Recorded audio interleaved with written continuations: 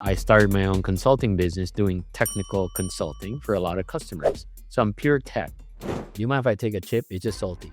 Oh yeah, can I have one too? Oh.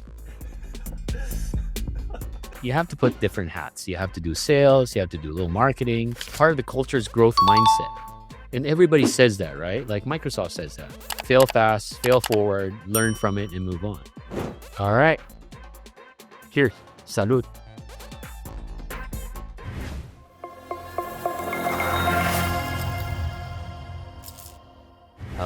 Hello, Martians. Welcome back to another episode of Marketing on Mars. Today we got a repeat guest, one of my favorite guests that have come on the show, Dux Sy.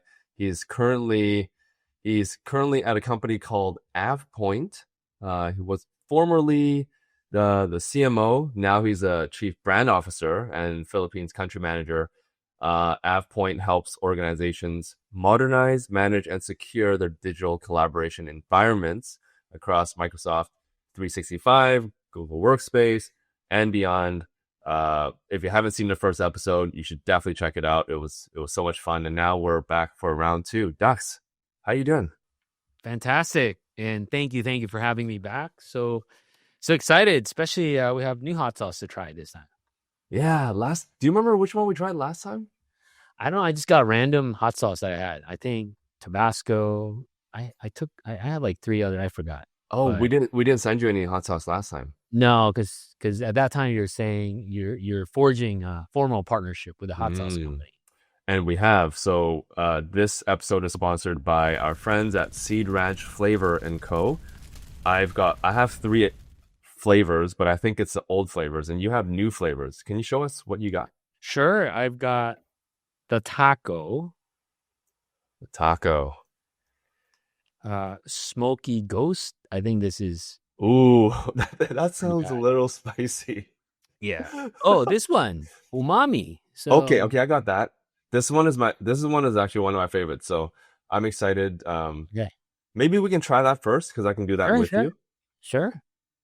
I'll do it right now. Or? Oh, it's not the same umami. What does it say on yours? Umami what? It says umami everyday sauce. Oh, this one is the umami reserve. Oh, reserve. Oh, so slightly different. Why don't we try that anyways? Okay. We can start off with a shot of hot sauce, and then before we get into talking about marketing and everything. Okay. A shot, a spoon, right? Or a teaspoon? Spoon, yeah. Make sure to shake it well. Okay. So Seed Flavor Ranch & Co. They've sponsored a dozen of our episodes, even more. All right. We love them. So shout out. Salud. Cheers.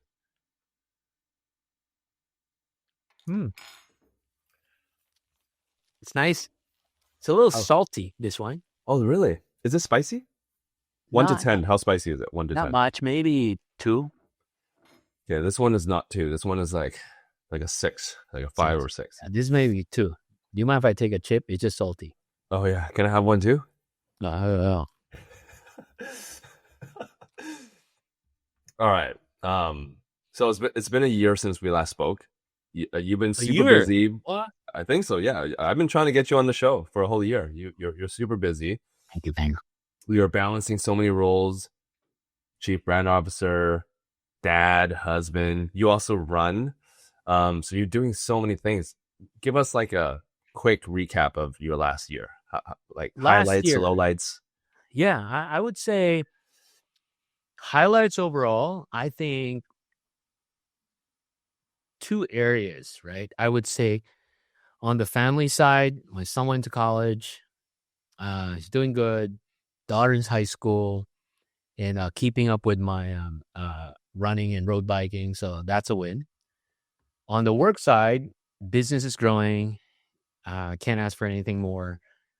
Expanding in different cloud ecosystems. So we're bringing our data security platform, expanding it more actually in Google. So this week I'll be at Google Next. So really excited about that, helping customers across the board as they adopt the cloud and AI.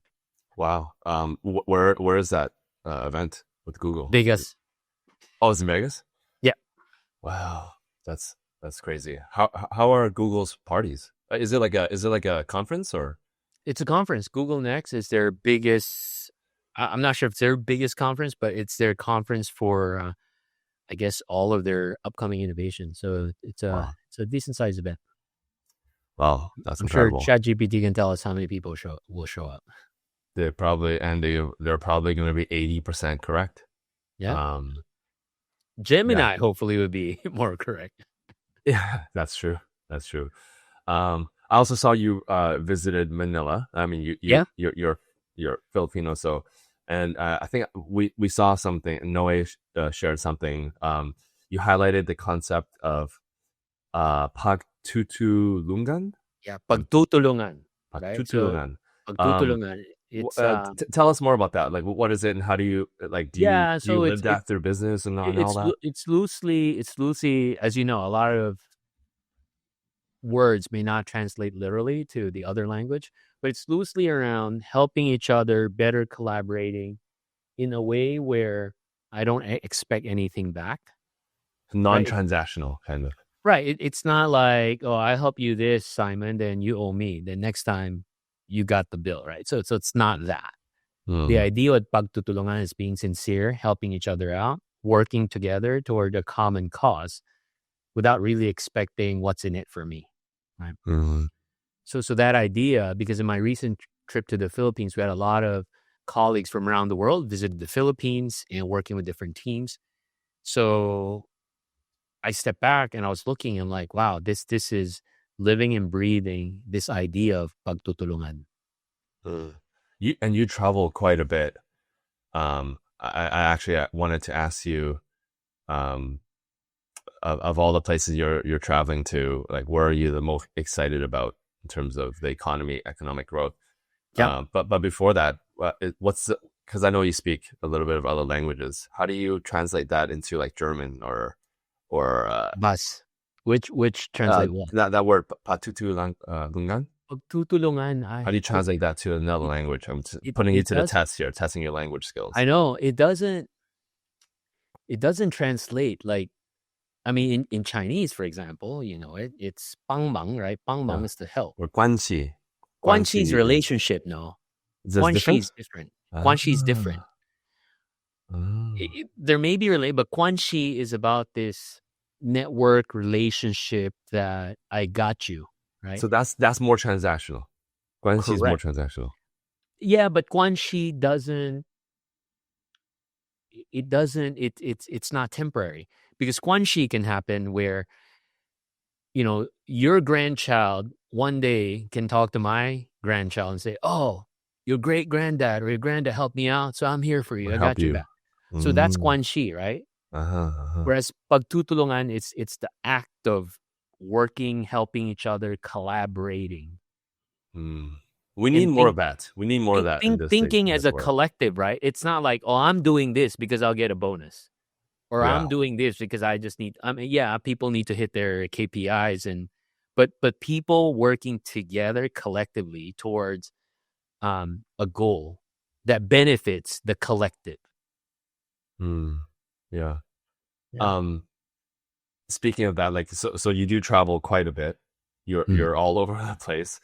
Um, is there like a country or an economy that you're super excited about? Just kind of traveling because there's so much economic uncertainty these days, Sure. as I'm sure you're aware, Yeah. and a lot of stuff going on with Yep. like politics and all that stuff. Is there like if you were to bet on a country in the next 10 years, where would you bet?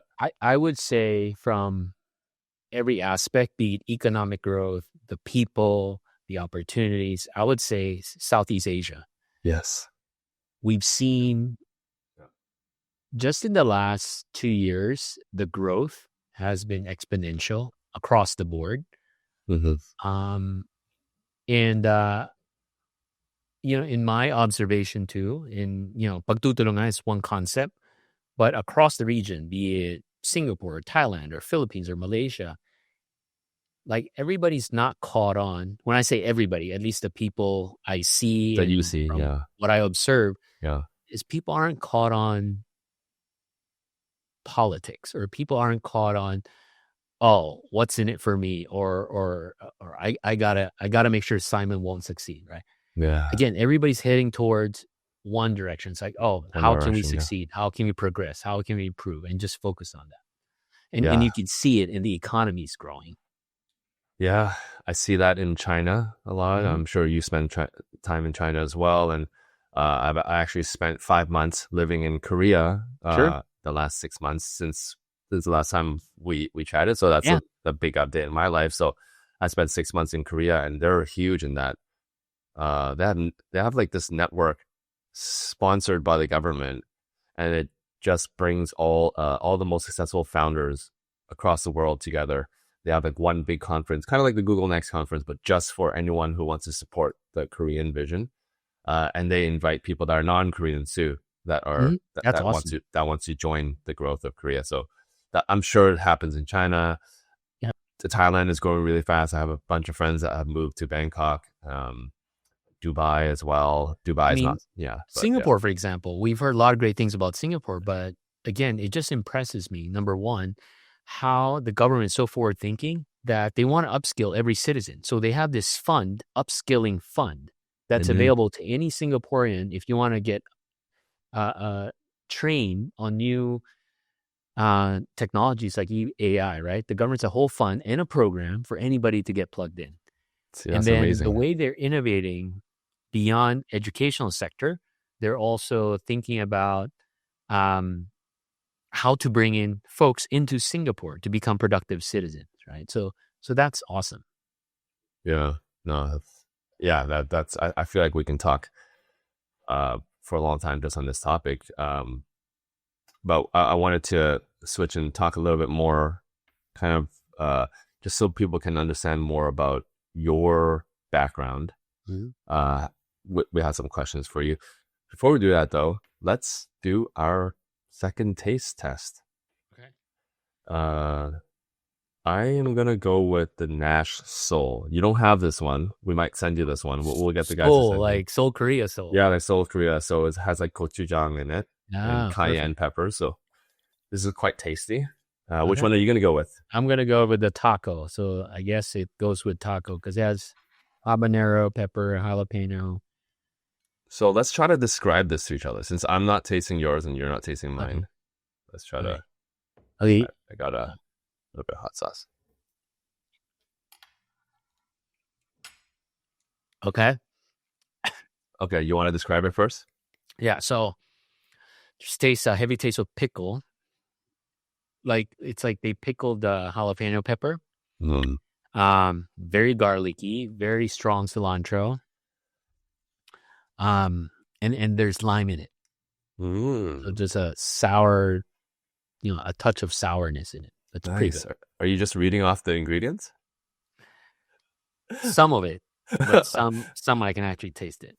Okay, so I definitely taste gochujang, which is the Korean Mhm. red sauce, and I Yeah. taste garlic. I don't really taste the cayenne, although I am like taste blind. I'm not really good with tasting, but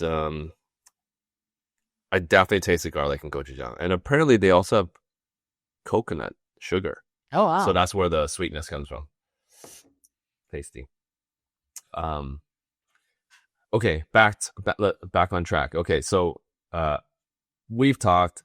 We've connected several times, so I know your background, and I also have you on LinkedIn.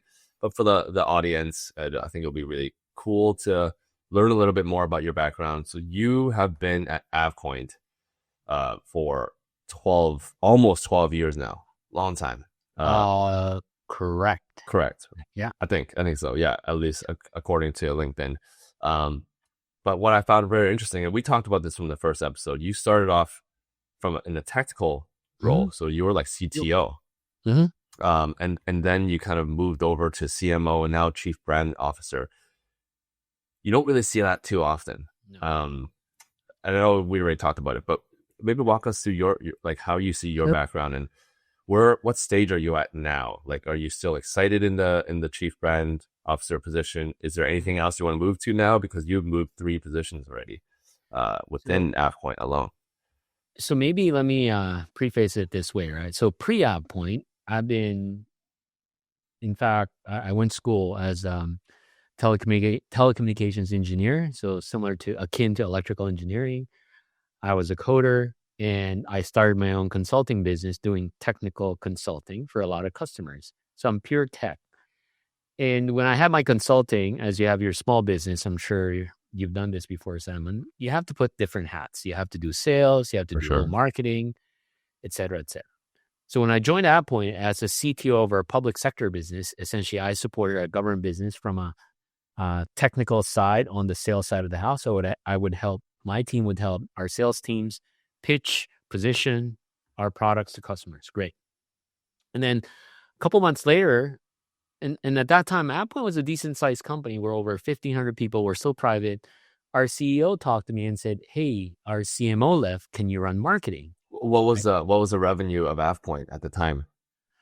I would say at the time, I'm just taking maybe maybe a little less than 100 million. Hmm. Yeah. And nowadays you guys are well over that. So last year, and somebody can fact check this. I think it's 330, 320, 330, Wow. somewhere in that recurring revenue. Yeah. Wow. Yeah, no way was getting ready to give you the hot sauce in case you didn't answer that question, but Yeah. No, I'll answer. It's public. We're a publicly traded company. So the exact number you'll find out, right? and I think that's a ticker symbol behind you, right? AVPT. AVPT. Yeah. Yeah. Look it up. You can look it up right now. I can look it up. So I can tell you. But yeah, our CEO's like, "Can you run marketing?" Our CMO left. I go, "TJ, I don't have a marketing background, right?" He's like, "That's okay. You can learn it." And there's a whole team. I say, "What if it doesn't work out?" It's all right. You tried. If it doesn't work, then we'll figure it out. So that's one of the cool things here at AvePoint, even to today, because I can talk to you about the progression of my career. Is at that time, I didn't understand. Part of the culture is growth mindset. And everybody says that, right? Like Microsoft says that. Fail fast, fail forward, learn from it, and move on. But we actually live it here. Obviously, you have to prove yourself first. Yeah. But in traditional companies, you progress up. You become you get promoted and promoted and promoted. But here, you can do that, or you can do sideways. So when I became CMO, I worked with a very smart team, brilliant. Well, as we were about to go public, had the opportunity to become chief brand officer because we have to drive our brand further. Now we're public. So Yeah. again, I had no clue of what it means to be a chief brand officer. I had to learn it. I'm the greatest poser, by the way, but I learned it, and a lot of great folks that I work with and help move on. And then we had the opportunity to establish our operations and team in the Philippines. Again, tag you're it, Dux. I said, first of all, I moved to the US when I was 19, never worked there. Sure, I have friends and family there, but have no clue about what the business environment was like. You don't have family or I have anything family. there? Yeah. I have family, have But you've friends. never done business there. No, never. No clue Yeah. about labor laws, nothing, setting up companies, nothing. But again, I was entrusted, you'll figure it out, right? So this was 2018, 2019. We started with like 5 people. Now we're about over 200 people, right? And Holy growing in 2 smokes. offices. 200 people. Over, yeah. Wow. And growing, right? In 2 offices, Manila and Cebu. And there was a time where we paused because of COVID, right? Nothing really grew. Wow. That's incredible. So roughly 10% of the workforce of AvePoint is based in the Philippines now. Yeah. Incredible. So I had to learn about running operations, obviously Philippine specific guidelines and ways of doing business and whatnot. Do you speak in Tagalog with the team there? Tagalog, yes. But in Cebu, they speak a different dialect called Visaya. So did you have to learn that? Yes, I speak that too. Yeah. Oh my God. And but it's wow. it's different, right? And I love languages. So how many languages do you speak, by the way? I don't know, like maybe 5. That's a lot of languages. In different levels. Yeah. Yeah. But to your point, right? How do you feel about that? Because it's rare to see marketers that have solid technical background. I think it works out really well because people can't just tell me, well, what do you know? You're a marketer. Mm-hmm. And people know me in the industry already being a technical person. I've written a lot of technical books. You can look me up. I've written O'Reilly books. So when I talk about something, I pitch something, I know that like sometimes I'm more technical than other technical people. So which works out really And, well. and then Mark, because you know the technical side, you know how to sell it in a way that 100%. people that aren't technical can understand, because now you know the branding side, the marketing side, and you also know the technical side, which is super cool. I actually had this conversation with the founder recently. Someone, we were just kind of not really aggressively debating, but we were debating whether it's better to like go all in into one area and be world class, be like the top 1%, or whether it's good to be 80% across 3 different fields. Like, you know, 80% of sales, 80% of marketing, 80%, like what is better? Or be 99% into one area, but know everything else, just 1%. I think it goes back to what excites you, right? So I know a lot of people that are 99% the best of the best. And And they that love makes that. them wake up every morning. Yeah. And for me, I deeply enjoy what I do. Like I tell people, yeah, I've been almost 12 years here, which is a rarity for senior leaders in technical Uh-huh. companies. But I think this is the most exciting time in our business and in the industry, despite the current macroeconomic situation. Grand scheme of things, we're in an exciting time. So much opportunities. And going back to what excites me really is the technology. Like, you know, Gen AI is just a first step. We have predictive AI, Gen AI, now agentic AI is coming. The things you could do with it and the possibilities is just out of this So world. we're going to dive into that for sure. Before we dive into that, one last question, Mm. and we'll do a quick pause. But we haven't, no way had a game prepared for us. If you were like 21 years old, like go back in time, that's now you're 21 years old here right now in 2025. Would you, and your marketing, would you want to be like the best agentic marketing person, like just know everything about agentic, follow all the trends?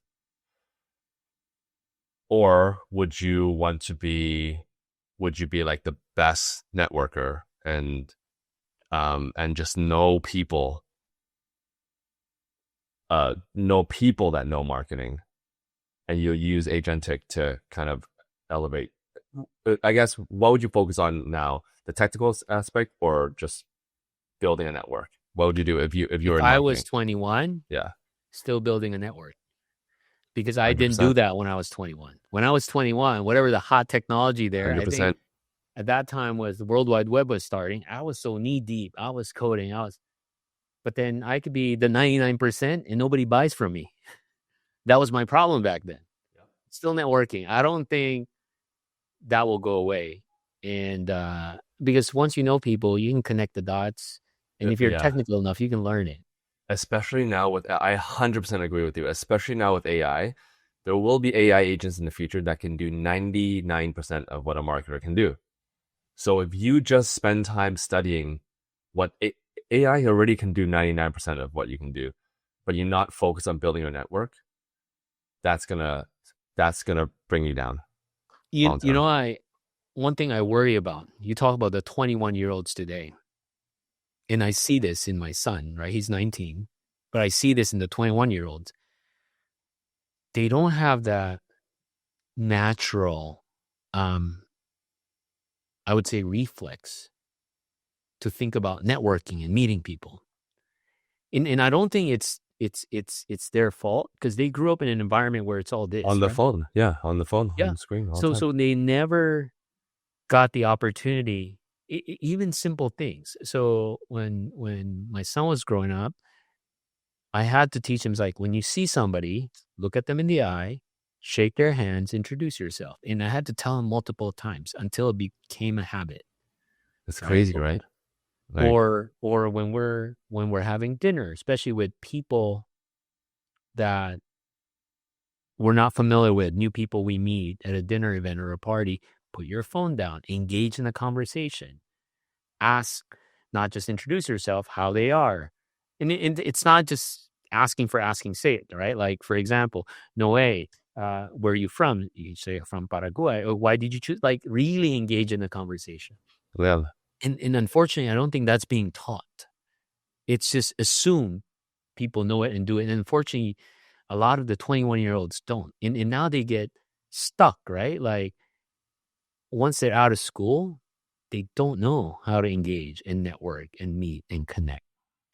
Yeah. Okay. I'm going to put a tab on this because I want to come back to this, but quick this or that segment. No, I worked really hard to prepare this. So I'm just a small little game. I'll ask you 5 questions. You have to choose this or that. Pretty easy. We'll start easy. Would you rather give a TED Talk in flip-flops or host a webinar in a Halloween costume? TED Talk flip-flops. Fast. Be stuck in a meeting that never ends or stuck in traffic with no music? Stuck in traffic. Always have the hiccups or always feel like you're about to sneeze? About to sneeze. Okay. Eat a raw onion like an apple or brush your teeth with hot sauce? Ooh. Say that again. Eat a raw onion. With like an apple, just bite into it. Oh, yeah. Or brush your teeth with hot sauce? I eat raw onions. Raw onion? I like raw onion too. My wife wouldn't like that, but... Do you know Clara Lynn and John Peluso? Yeah. Yeah.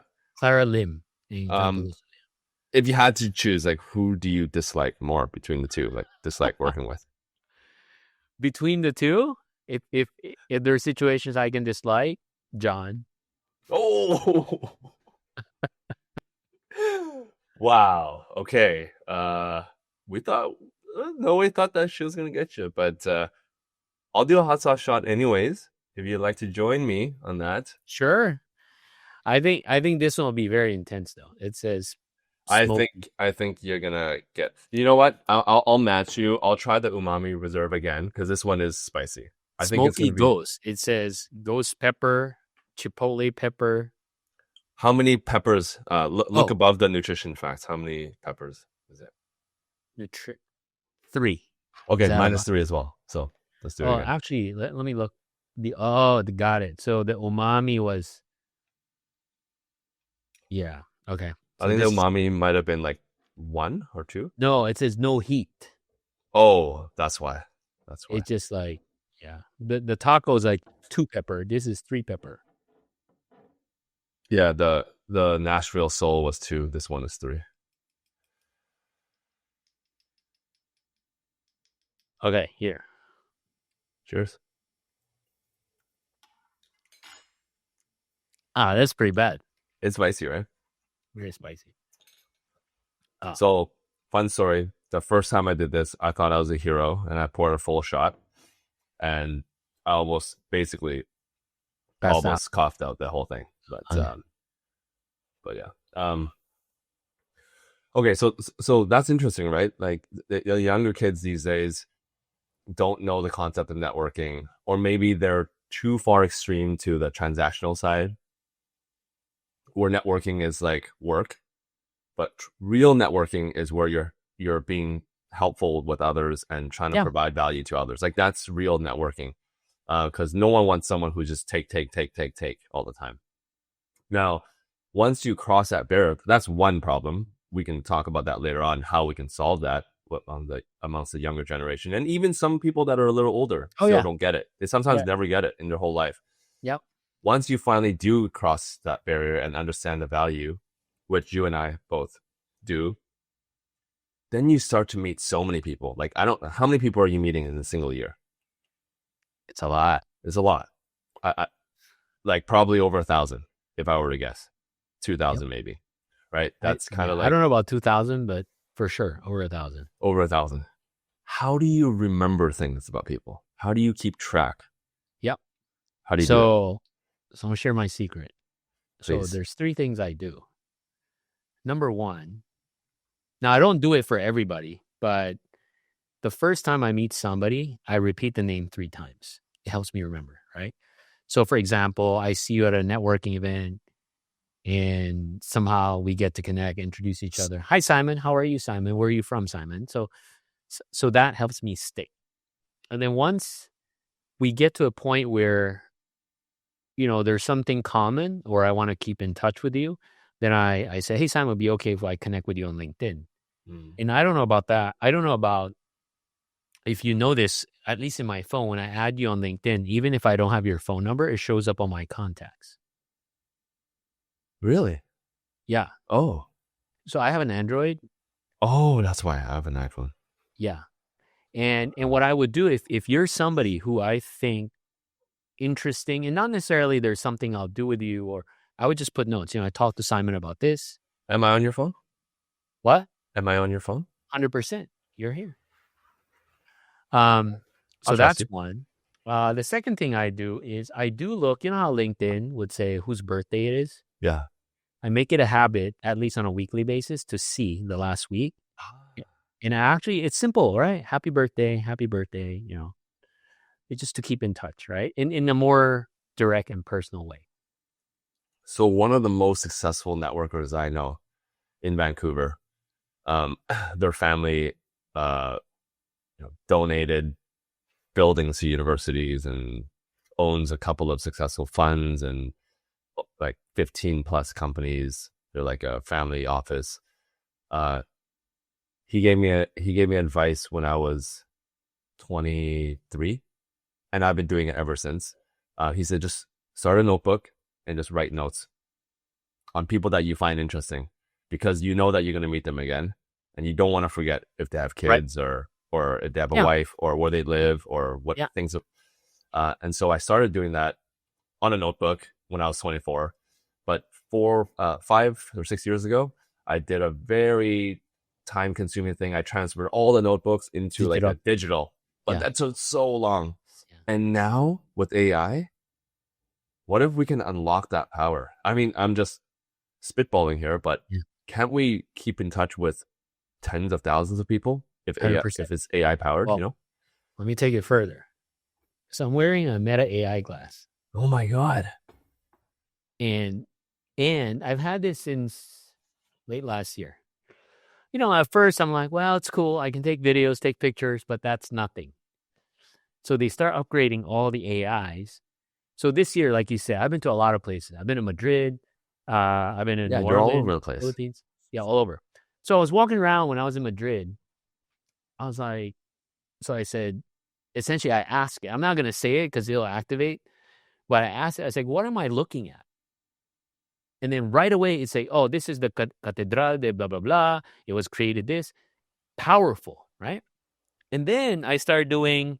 But if I'm standing next to you, can I hear it go? Or no, just because it's bone conducting. And it's registered to my voice too. So nobody could just randomly talk to it, right? Really? And the crazy thing is, I was looking at a menu. While I could speak decent Spanish, I don't understand all of it. So I was looking at a menu. I would say, hey, I like chicken. Which one here has chicken, right? Like real time. It'll tell me. But here's the crazy thing.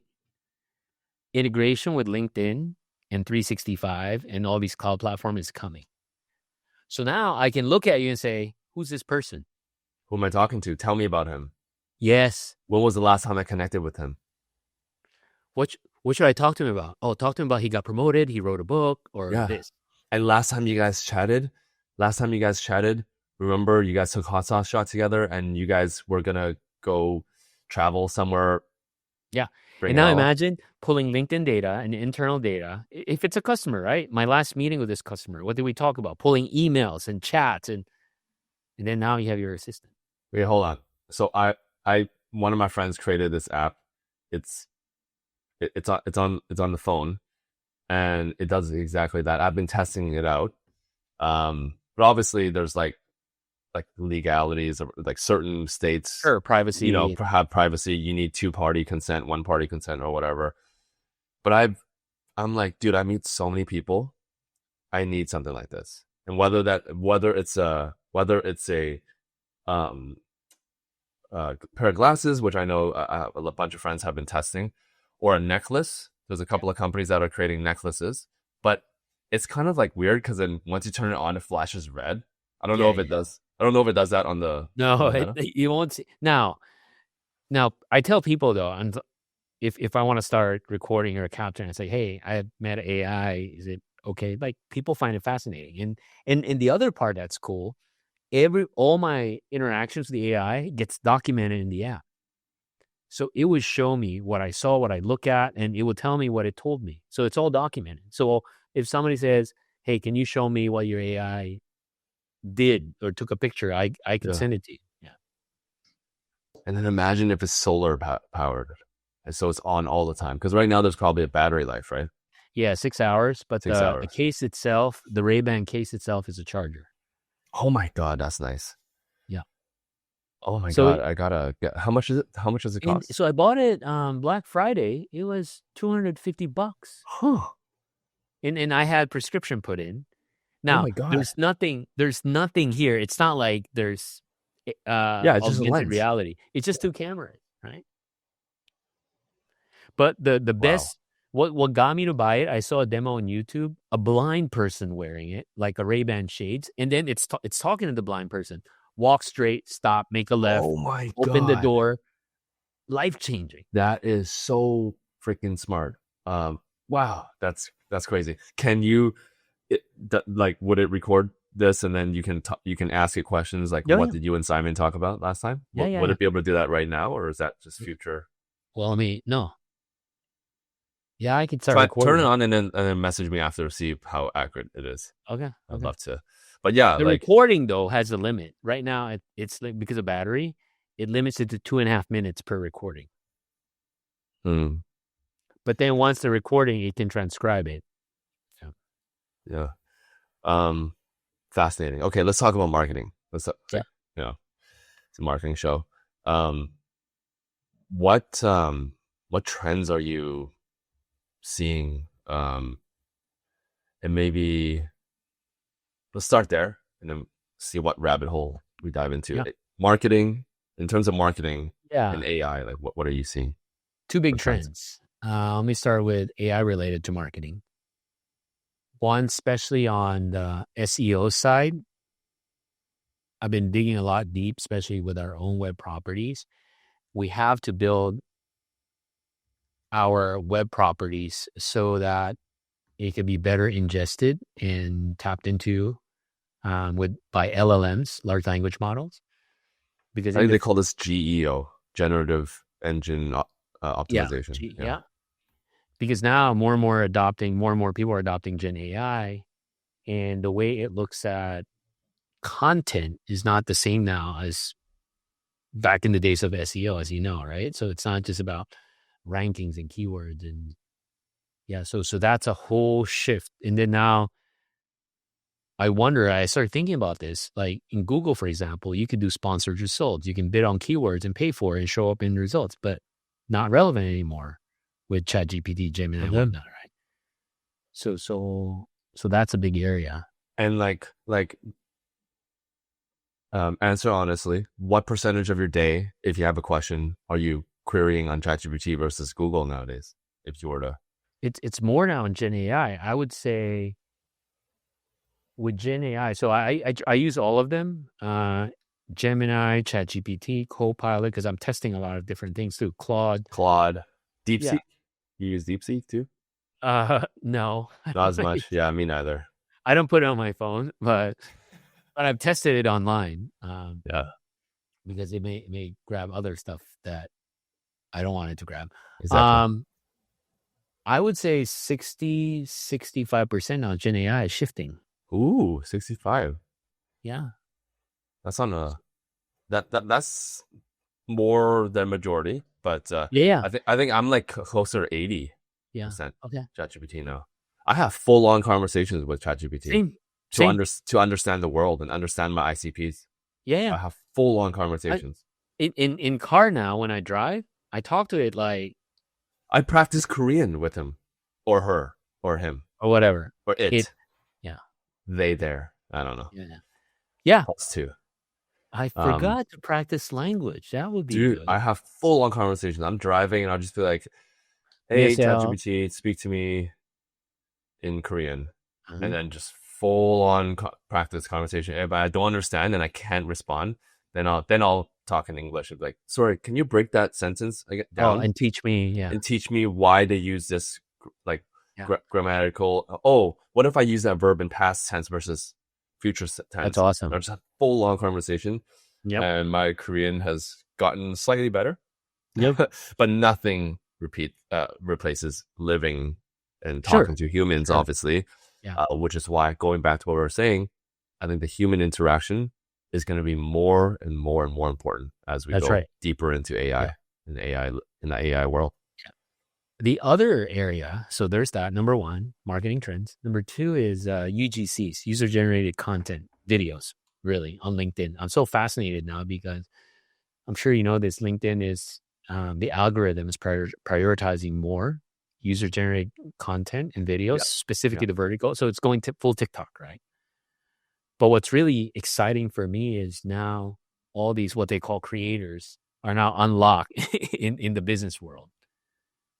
And one of the things I tell my colleagues, they're like, "How do you have time to do all this?" Because I create those. So I go, first of all, this is where Gen AI comes in. I would go to Chat GPT or Copilot and say, "Hey, I want to create a user generated content on LinkedIn targeting this persona. Write a script for me that's in my voice that I can record no more than 90 seconds." Boom. I'll take it further. There are apps now where you record your video and your voice, Oh yeah, I know. and then you can just create a full 60 I know. second video. It'll just generate the whole thing. You don't even have to Synthesis. record it. That's right. What do you think So about that? Like, I don't know. if we get into that world? What are all we're gonna do is just connect with each other and build relationships and do partnerships, and then Yeah, AIs will talk to each other. What do you think? I don't know. Well, going back to that point, let me start with that, right?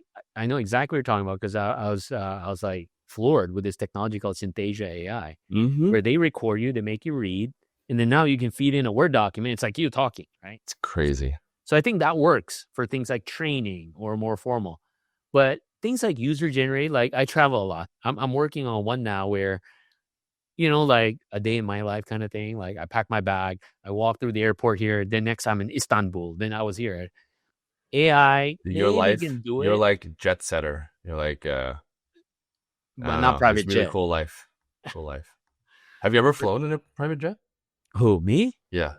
Um, no, but helicopter, private helicopter. I have. Oh, This is like the craziest thing, man. I was in. This is a long time ago. I was in Dubai.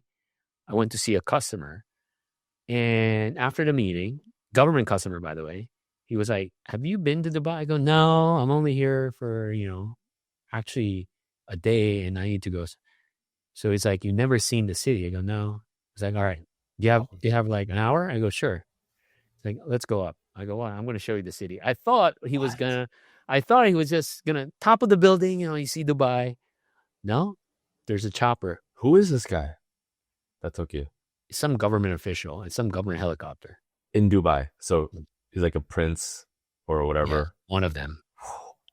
So flew me around Wow. the city. It's awesome, What do you think about Dubai, by the way? really cool. It's like Vegas, Disney, Singapore all rolled together. Yeah. I hear it's pretty crazy. Like that's why a lot of people are flocking towards Dubai. Low tax, low cost of living, Relatively, right. Right. relatively, right? Yeah. Of course, you can go, lose all your money or spend all your money in one night. There are places that you can do that, but Mm. there are options. And so a lot of my friends, founder friends, and also like corporate, like exec types are flocking over to Dubai. Are you Yeah. seeing the same thing or? Yeah. I've seen the same thing, and there's a lot of growth. So I talked about growth in Southeast Asia, but there's a lot of growth in Middle East as well. A lot of growth. Not just Dubai. Saudi's already Saudi, opening up, yep, right? They're doing a lot now. They they're want investing to a lot of money. They they have want to be the the 2030 plan or yes, something where they want yeah, to turn it.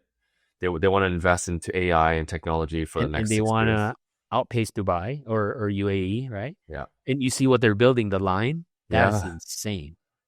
dude. Like they're investing a lot of money and like they're really trying to grow.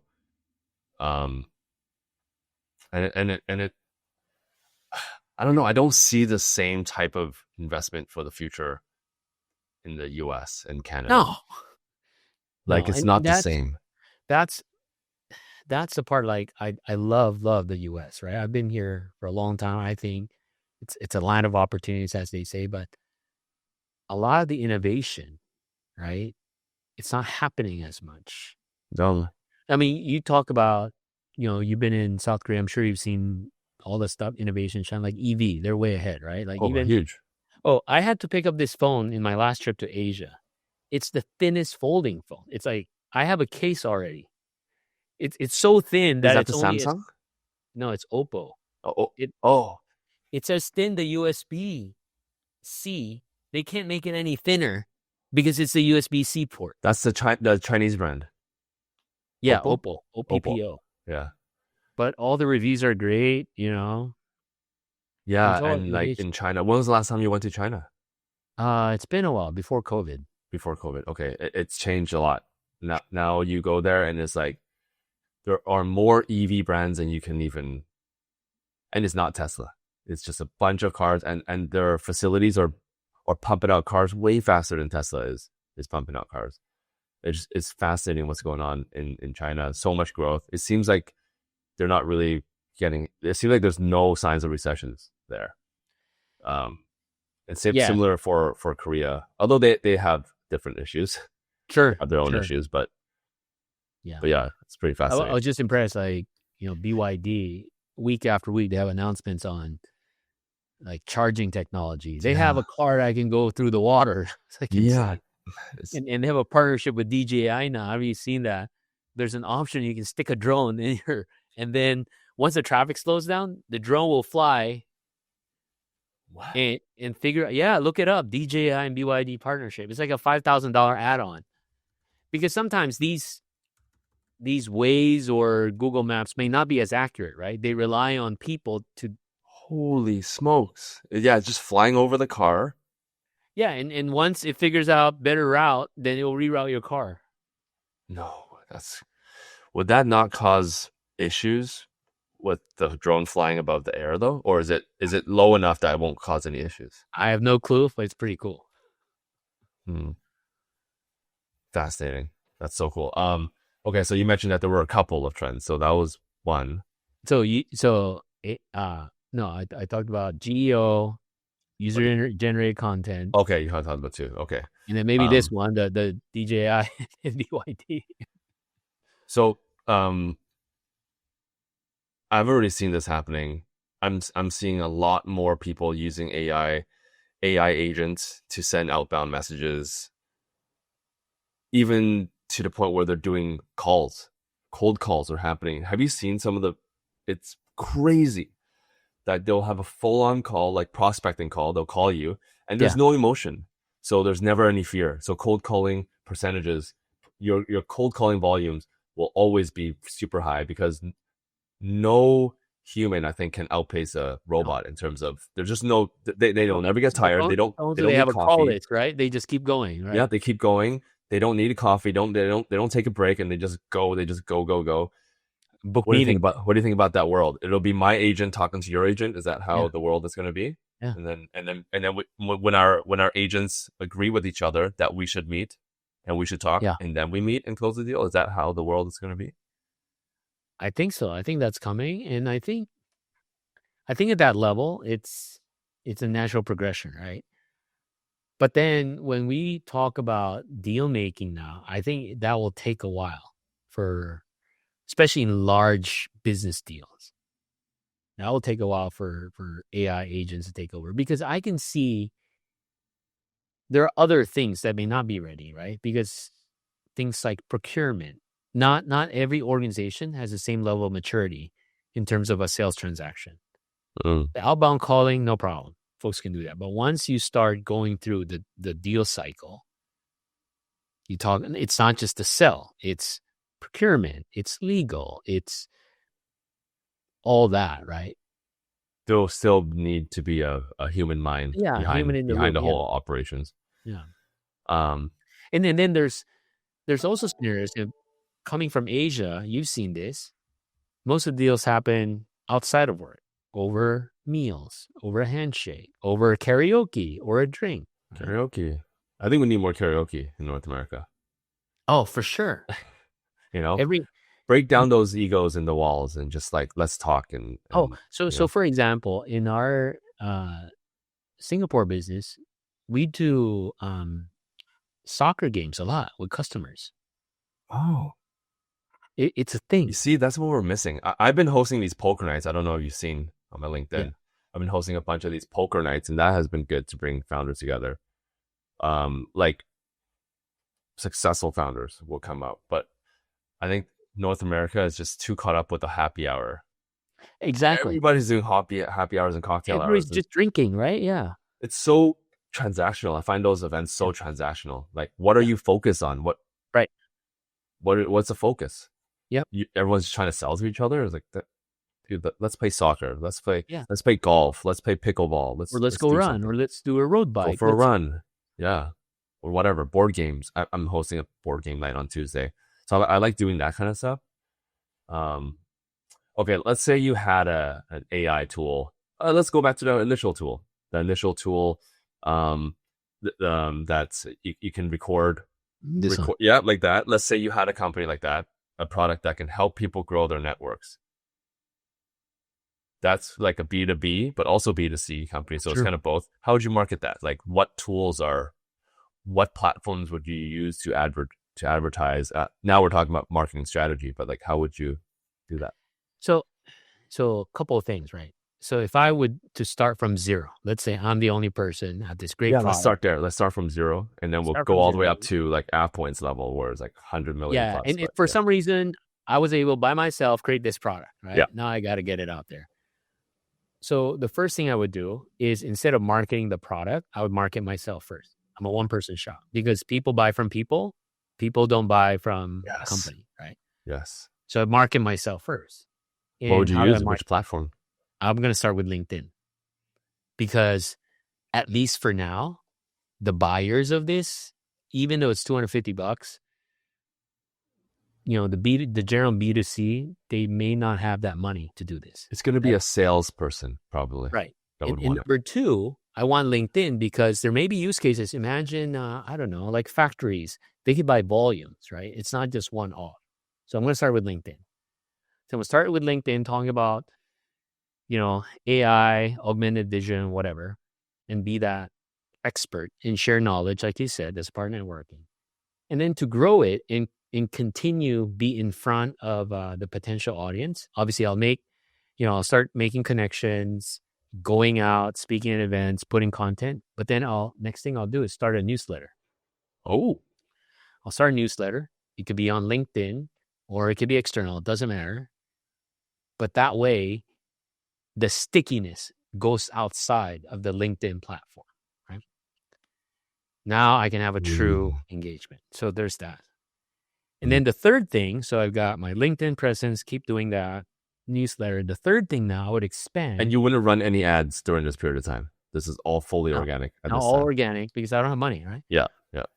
Now the third thing I would do is I would now tap into IG and TikTok. Because that same people, this is the argument sometimes I get into. They're like, why do we want to do IG or TikTok, run campaigns there? I go, and they're not our audience. I go, really? Every CIO, when they go home at 5:00, they're doom scrolling on IG. On weekends, they're looking at TikTok. So now you go there, more longer form, instructional, or in some cases, maybe fun content. And similarly, would you still keep it organic? On those platforms, yes. IG Keep it and organic. TikTok. But then after that, then I'm going to start doing paid on LinkedIn, back on LinkedIn, right? Would you start running a paid once you built out the brand and you're starting to get revenue first, or would you do it pre-revenue? I would do it with some level of revenue first. Some level, okay. Some level of revenue. Now let's say fast forward. Now it's making, 1 million, 2 million, 3 million. At which point will you start adding a new channel? Because there's also like, when companies get bigger, they start doing events and conferences and all this stuff. What other channels would you add at which level? I think even less, right? It doesn't have to be $1 million. Then I would start them being in person, whatever. Like if I want hardware events, or in fact, I would even start doing events, not necessarily going into events. I would do it the old school way, right? So there's two ways of doing this. The old school way, I would stand outside and give out flyers with a QR code. Another way to do it is, this is the scrappy hustle mindset. And I'm sharing secrets to people that what I used to do. In the past, I would go to events and I can't afford to pay for it or set up a booth. Yeah. Or I would go to the local hotel bars or bars around the area, talk to the bartender and say, hey, instead of your napkins, I'm going to give you a stack of napkins with QR code, with URLs. And I don't know, I'll give you $100, man. Just use these napkins instead. Whew. That is next level. Whatever call to action is, you want a free gift card, scan here. Wow. Come and meet Dux. What was the last time you tried this? This is great. Like, we need more of those kind of tactics. Well, yeah, because I'm not gonna say when, but I still do it, right? Because we don't have endless budget. Yeah, totally. Wow, that's fascinating. What other? I think especially in a world of AI, where our email inboxes are so crowded, and our LinkedIn, I can't even imagine how many LinkedIn DMs you get, right? So much. Like, in this world of AI and just like, we have limited attention, I think these kind of guerrilla tactics work really well. In that too, right? So that one is like either a gift card or, lunch on me tomorrow or something, especially at that event. Because you want to, once you do that and you get serious people, you want to meet them there.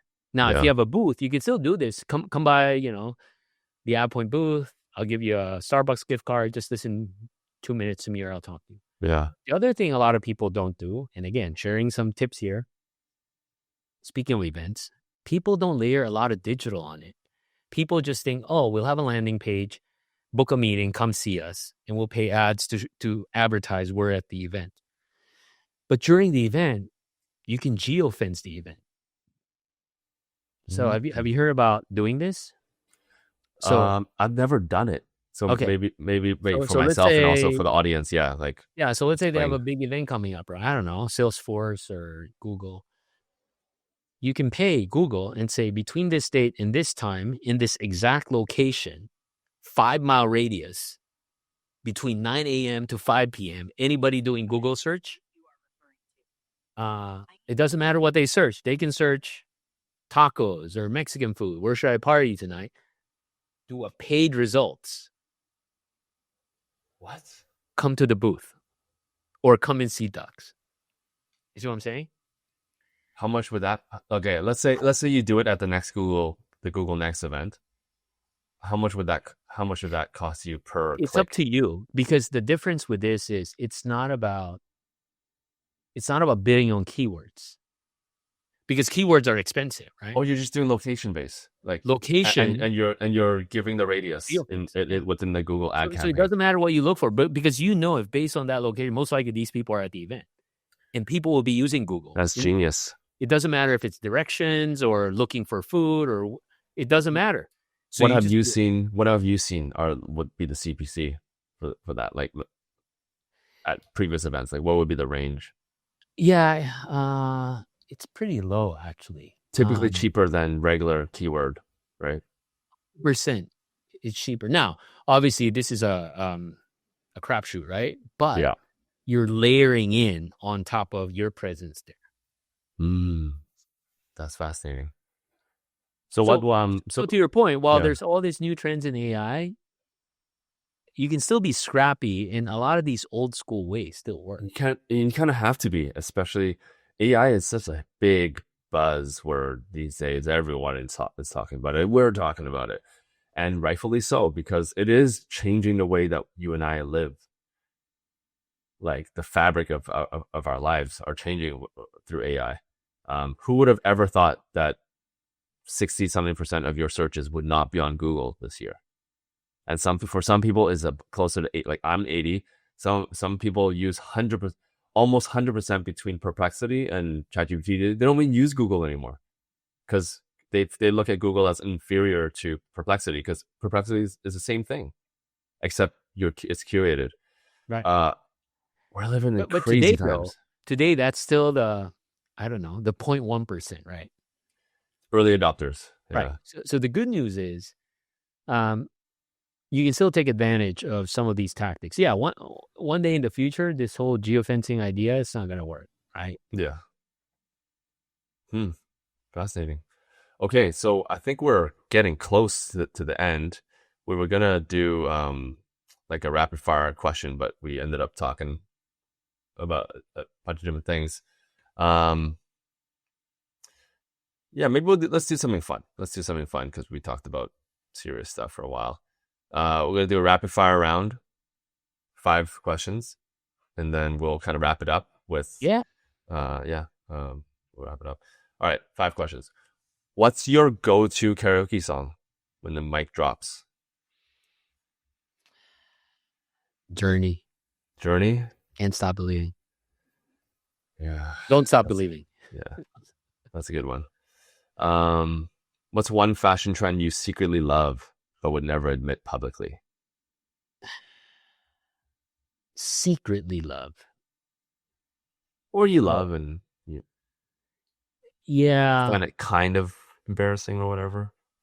Yeah. I don't know what it's called. I do know what it's called, but I forget it now. You know those like wearing scarf with a, what do you call those? You know, like you see movies, like a lot of the French sometimes would wear like, Oh yeah, and then you tie it here, kind of thing. no, instead of a bow tie or a regular tie, you would see, I don't know what it's called, Just but wrapped it's up in like, a ball, right? Kind of. yeah, like, and then they have one button open for dudes, and then there's like just a scarf there. Yeah. Huh. Okay. So I haven't European tried it, influence. but it looks cool. Worst thing you've ever accidentally said on a mic, like in a public setting. In a public setting, I think I cussed. Oh, okay. Yeah. One word to describe your dance style.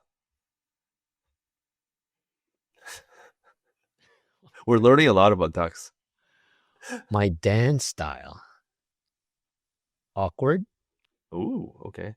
And then last thing, you've been to so many conferences this last year. Which was the worst one you've been to? Give it a name.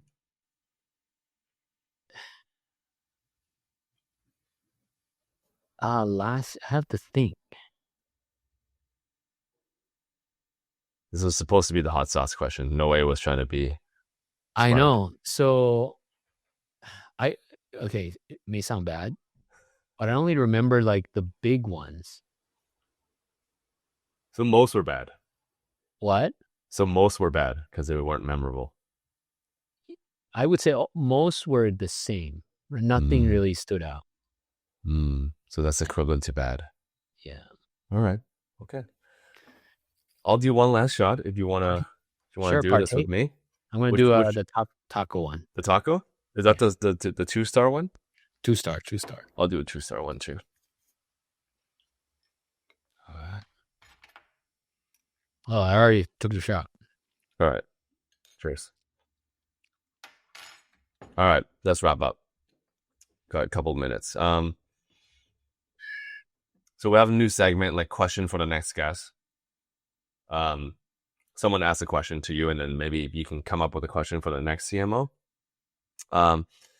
This question was from the last guest. What's one industry trend you think everyone should stop obsessing over?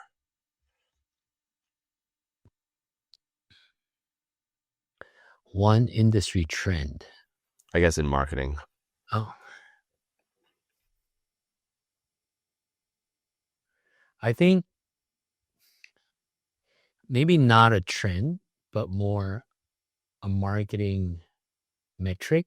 I think the marketing funnel. You know, the marketing. Tofu, mofu. Yeah, that people obsess with.